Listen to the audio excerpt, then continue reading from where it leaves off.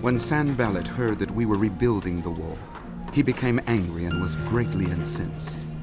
He ridiculed the Jews, and in the presence of his associates in the army of Samaria, he said, "What are those feeble Jews doing? Will they restore their wall? Will they offer sacrifices? Will they finish in a day? Can they bring the stones back to life from those heaps of rubble, burned as they are?" Tobiah the Ammonite, who was at his side, said, "What they are building, even a fox climbing up on it would break down their wall of stones." "Hear us, our God, for we are despised. Turn their insults back on their own heads. Give them over as plunder in a land of captivity. Do not cover up their guilt or blot out their sins from your sight, for they have thrown insults in the face of the builders."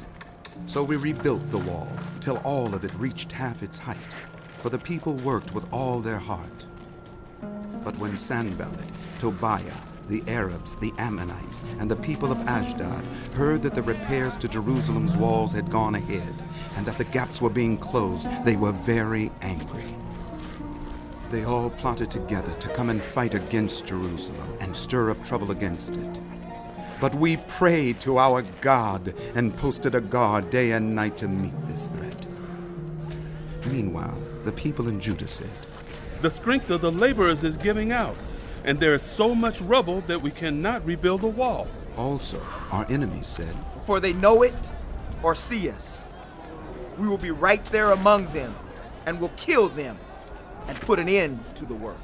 Then the Jews who lived near them came and told us 10 times over, "Wherever you turn, they will attack us."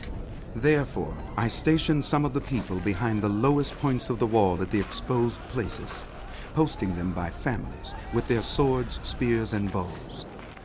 After I looked things over, I stood up and said to the nobles, the officials, and the rest of the people, "Don't be afraid of them.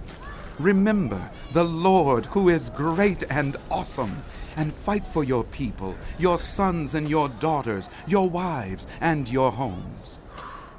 When our enemies heard that we were aware of their plot and that God had frustrated it, we all returned to the wall, each to our own work. From that day on, half of my men did the work, while the other half were equipped with spears, shields, bows, and armor. The officers posted themselves behind all the people of Judah who were building the wall. Those who carried materials did their work with one hand and held a weapon in the other, and each of the builders wore his sword at his side as he worked. But the man who sounded the trumpet stayed with me. Then I said to the nobles, the officials, and the rest of the people, "The work is extensive and spread out, and we are widely separated from each other along the wall. Wherever you hear the sound of the trumpet, join us there. Our God will fight for us." So we continued the work, with half the men holding spears, from the first light of dawn till the stars came out.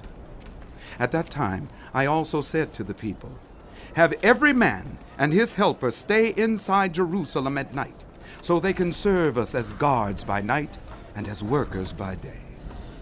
Neither I, nor my brothers, nor my men, nor the guards with me took off our clothes. Each had his weapon, even when he went for water.